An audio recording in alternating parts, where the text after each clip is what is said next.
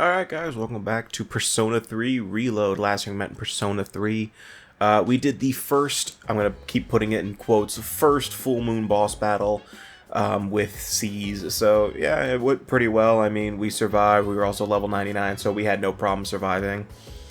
So yeah, now we're just going to be back into normal school time mode for a little bit. Social link parts left, right, and sideways. One thing is, though, that they will constantly remind us of for the next few days is that exams are coming up. And, well, that's just the game's way of warning you. So, exams kind of work like this. You need to have your academics up a certain level in order to score top of your class or really high. And obviously we've been raising our academics up as much as we can throughout the entire game so far. I mean, especially, you know, I know right now I'm max level with my social links, but, you know, if you're following the schedule or a similar schedule, you should be getting your academics up pretty consistently. And they have many ways to get your academics up in the first place. You know, studying in your room, going to game parade, going to the ramen shop to start to do the seafood full course meal, stuff like that. And actually, Persona 3 Reload added study sessions with your other dorm mates. Because in the original there wasn't this, but now it's just another way of, you know, interacting with the party members before, you know, outside of, you know, dark hour stuff. So, but it does lead to some pretty funny funny dialogue and some funny moments with C's. The one that I like the most is the first study session with Akihiko and Mitsuru, where Akihiko is legit just squatting over his chair the whole goddamn time. COW, what would that stand for? Call of War, I'm assuming? Is that... Well, clearly, that's clearly a reference to World of Warcraft, because World of Warcraft was got pretty big around the time Persona 3 originally came out, right? I want to say that, right? Call of Warcraft, I'm assuming, is the name. Call of War Crimes, I don't know.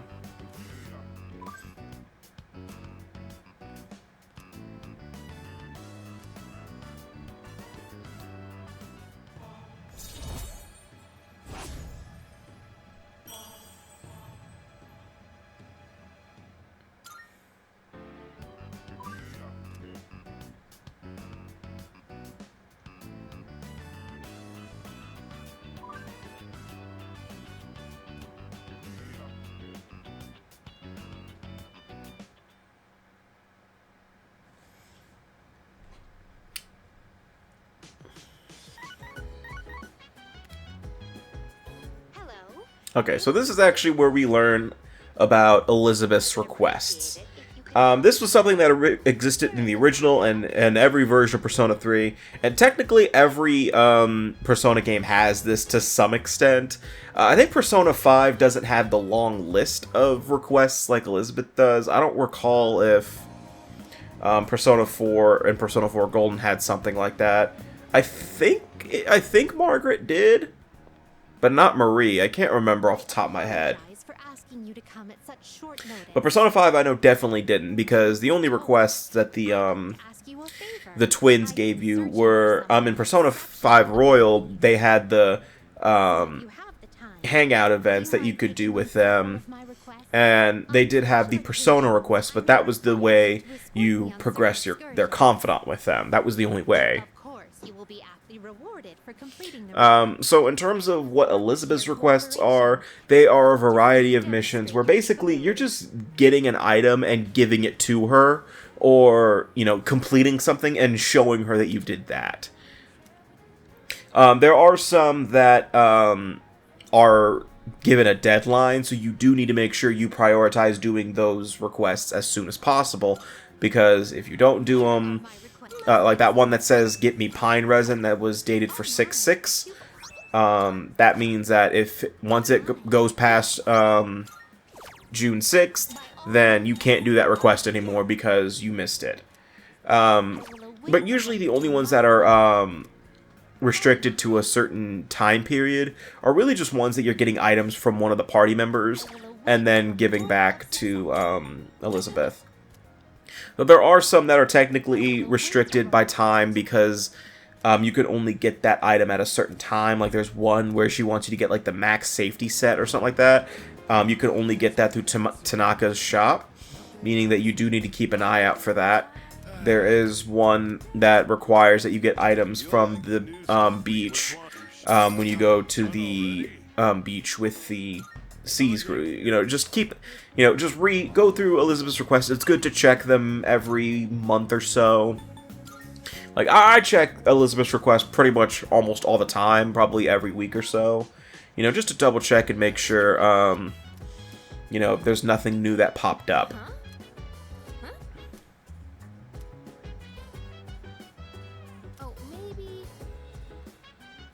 Like, how does Yukari not know what that stuff she uses called? It's pine. How does she not know what it's called? If she uses, never mind.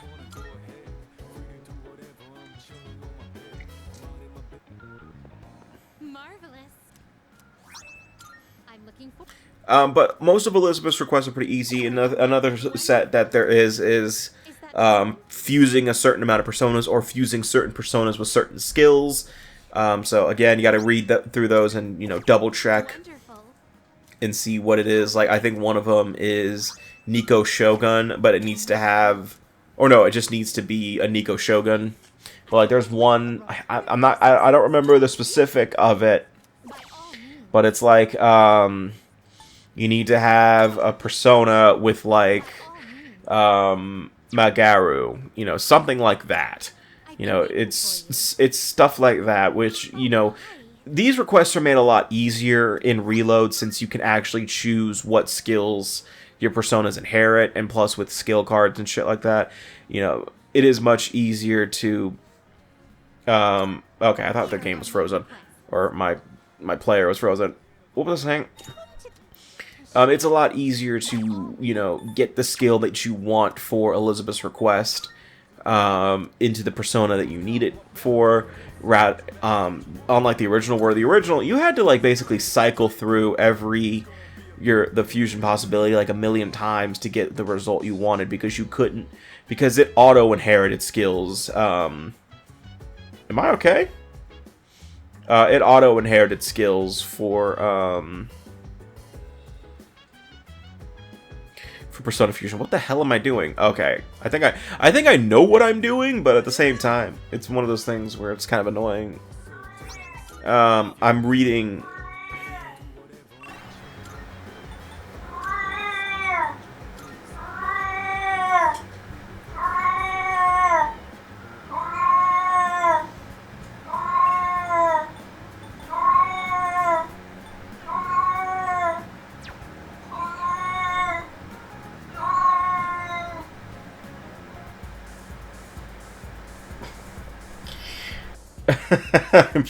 Oh my god, I'm not editing that out.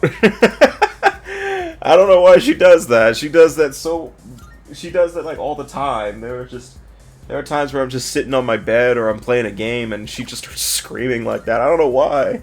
She stops the second she sees me, so it has something to do with me. I don't know what it is. Apparently she does it when I'm not home, but that was funny. Okay, what was I saying? God damn it, Jasmine threw me off my groove for a second. Good day. Oh, I know what I was doing. I was reading the schedule that I have, because saying this now, I'm going to Tartarus now. I know, that's crazy, right? What? You're ending the part in 9 minutes? Oh, God, no.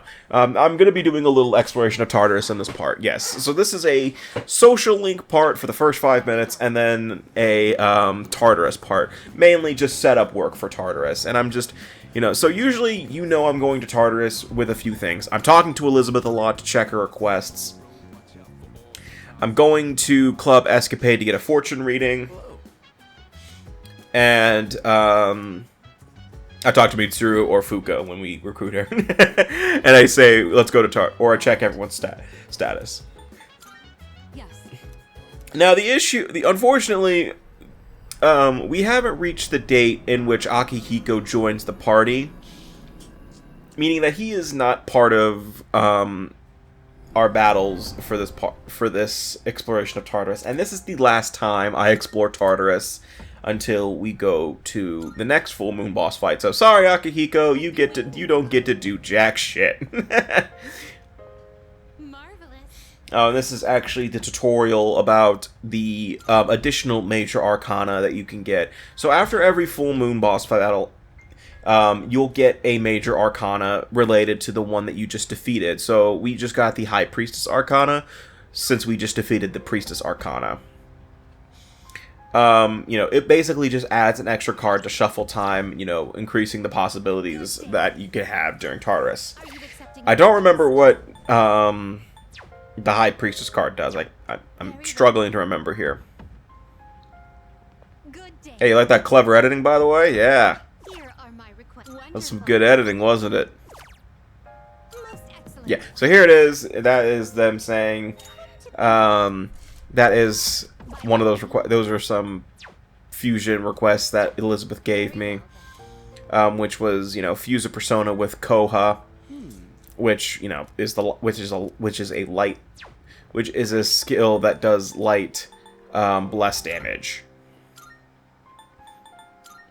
Oh, another thing I'm showing off is the costumes that you can unlock.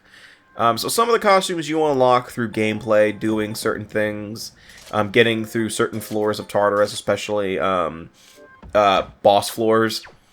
And some of them are DLC outfits, like this one. This is the Velvet Room outfit, which they added through the expansion pass right before episode Aegis came out. Another thing I'm showing off here is the fact that you could change the background music of Tartarus depending on, whatever you feel like doing. Right now I have the remix of Battle Hymn of the Soul that plays in the boys' dance for Persona 3 Dancing in Moonlight. If you don't know which dance I'm talking about, basically it's the dance that I had them that I edited. I remember I made a video where I put the Big Time Rush theme song over that video. It is probably still one of my favorite edits I have done to this day. Like, out of all of the meme edits I've done, that one is one of my favorites. The other one that's my personal favorite, I know it sounds crazy, but I actually never thought that the most viewed video on my channel is the most viewed video on my channel is the fucking video where I put the only thing I know for real from Metal Gear Rising over Obi-Wan and Anakin versus Dooku. That is my most viewed video on this fucking channel, and I find that funny, but it's actually not my favorite edit. There is one that it was one meme that I made, and it's one of my personal favorites. I'm trying to remember who I made. I think it was Yosuke from Persona 4, where I made him dance to Space Trip steps from Sonic Adventure 2, which was one of Knuckles' raps. Which, there was one, though, that just, I remember editing, and I was laughing my ass off the entire time, just watching over and over. I think it was Yu Narukami from Persona 4 dancing to Big and Chunky from Madagascar 2. I was dying the whole time, but it was also one of those things where it was probably the most cursed thing I've ever made. By the way, yes, the all-out attack images are not read in real time, just like Persona 5. There is actually one detail I caught when I was playing through episode Aegis. This applied to everyone except Aegis, where if you use their default C's uniform, you'll switch. So if you use the uniform and armband uniform, the default uniform for right now that everyone gets, it has an all-out attack image for that. But if you use the C's uniform that we get later in the game, the one that gives us access to Theurgies, there's an all-out attack image for that. So that was one detail I noticed when I was playing through episode Aegis, because I think I had Junpei in his uniform and jacket combo for a little bit in episode I, guess. And yes, I am following my rule of Tartarus, where I am not exploring where I am not going through previous areas. I'm only going through new regions in Tartarus, because that is just how it is. Technically, I did break that rule a little bit, but that was also because I was showing off the fact that the border floor is opening. I wanted to show that cutscene, just so you guys know that I'm not, skipping ahead or anything like that. Really, I didn't even do anything in Thebel anyway. I think the only thing I really did was just get a few items and materials that I wanted, just so I can have a little bit of a nest egg to start, in case, I don't have a lot of yen by the end of this. Because I know I'm going to yeah, and also, I was also building up my Arcana Burst, for Shuffle Time, as you saw on the bottom there. Because I was just trying to get, I just wanted to, my thing with Tartarus is, like, I want to get Arcana Burst as soon as possible when I enter Tartarus, and if it means going through simple battles over and over and over again, and just wasting my fucking time, then I'm more than willing to do that, because it just makes grinding a lot easier. Now, once I start getting to, like, level 9, since I'm going to spoil this now, I am going to be farming the Reaper, and I will show off the first time I do it, but, when I farm the Reaper and get everyone to level 99, I'm not going to fight any enemies in Tartarus. I'm just going to run through, most likely, knowing me, because that's just how I operate, and I'm not going to waste my time fighting enemies for something that's just not going to happen. That's just, I'm not, if no one's going to level up, I'm not going to waste my fucking time. Jesus Christ, how do I miss twice? It's going to run away. Yeah. The treasure hands run away after a while. How the hell did I miss twice? I mean, I don't care, because, I mean, I'm like, again, I'm like level 90. God damn it, people. I was at, like, level 90 anyway, so it doesn't... Was that in-game, or was that my... I think that was my actual phone. I was trying to... Because I do remember, I know there was one session of Persona 3... where I had my mic on by accident, and, typically when I'm doing Persona 3, when I'm doing sessions of post-commentary games, I talk to myself a lot, because I'm trying to, I think out loud, especially for RPGs, and especially for this game where I'm, like, I'm saying, what's it called? Like, I'm saying what to do on that day out loud, just so it's ingrained in my brain. Like, when the day pops up, I look at my schedule on my other laptop, and I just say, and I say out loud, like, oh, hang out with Hermit Arcana, it should progress the rank.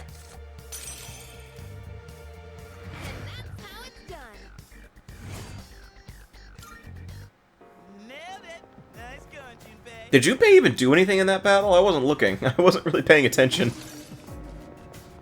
But another thing, so Tartarus actually changed a lot, as I mentioned.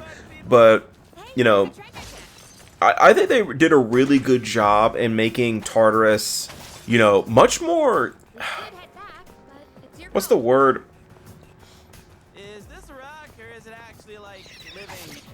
I'm trying to think of the word. Unsettling? That was kind of something that they did, you can only do so much in PS2 and PSP hardware. So I will say that Persona 3 Reload did a pretty good job in capturing that sort of unsettling vibe with Tartarus now. In fact, I think they did an even better job than they did back in the original. But again, that's me personally.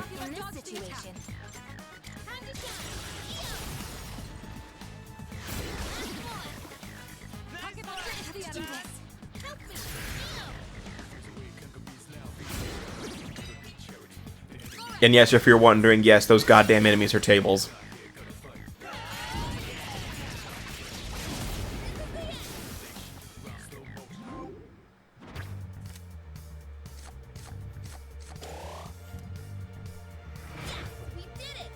By the way, I think you can sometimes tell when I'm getting annoyed at Shuffle Time for not giving me what I want. Because, again, it's completely random on what cards appear on on shuffle time. So it is kind of, so you could kind of tell when I'm annoyed that I'm not getting the major Arcana cards that I need in order to, you know, get Arcana bursting. Damn, these faces are seriously gross. The interior designer must be real sick in the head. Well, I'm pretty sure the interior designer is, well, actually, I don't know who would. I don't think there is an architect for Tartarus. I mean, you could argue it was the Kirijo group, but that is a whole can of worms that we'll get into when we start getting revelations of the plot later on. God damn it, Makoto! You could probably put that in. You could put that in a Persona 5. Thank you, for God's sakes, that's what I wanted. The final Magician Arcana card, which just gave me an item. So, yeah, Arcana bursting, yay.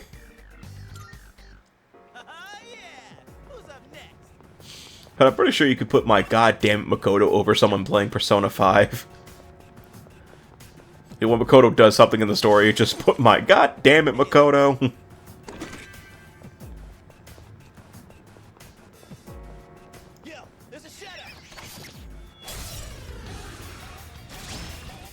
I mean, I do like the fact that the battle transition is rendered in real time, technically. Really, is probably just, you know, taking... And the battle menu, when you summon... When you go to into one of the menus, like summoning your persona or using an item, is rendered in real time, too, technically. But I'm pretty sure it's a simple... I'm not going to say simple, but I'm pretty sure it's a... You know, they just made us... they just, you know, temporarily change the character model to be... You know, whatever, you know, to be untextured or whatever. I don't know. You know, I'm pretty sure that they do something with the character model, and they probably just like put like a texture effect over them temporarily, and then it goes away once you back out of the menu. Pretty well. I don't know. I'm pulling something out of my ass.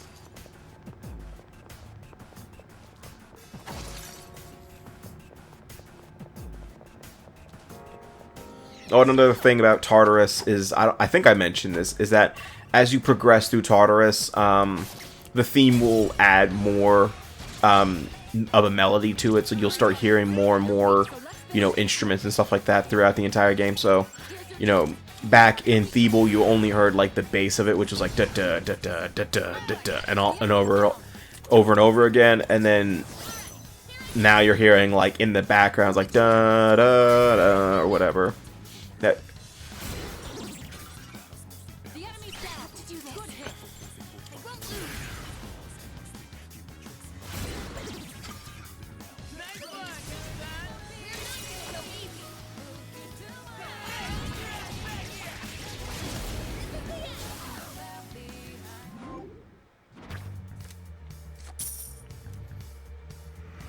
We did it.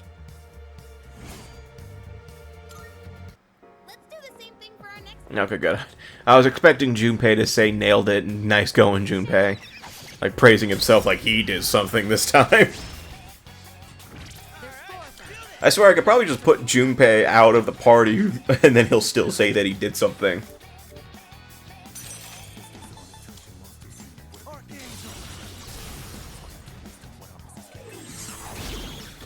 All right. The enemy's down.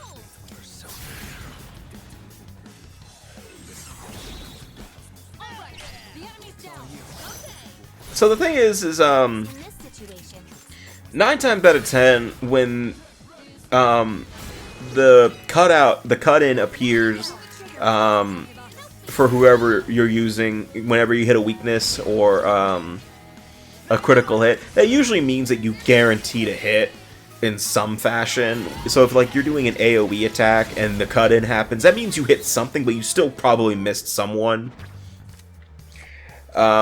But, you know, I think there is an exception on the rule of if the cut-in happens, you're guaranteed a hit, because this happened to a lot of people, I think even myself, where, you know, when you first get Aigis into your party. So, a detail that I haven't really covered, mainly because it hasn't really been relevant, and it only happened with Junpei and Yukari during the tutorial, is that when you bring in a new party member besides Fuka, so when Mitsuru, Akihiko, Ken, Shinji, Aigis, and Koromaru all join the party, when you summon the persona for the first time, they have like a special like mini cutscene, you know, like about, you know, hey, this is my persona and all that shit, and then they do it since they didn't have a proper awakening sequence.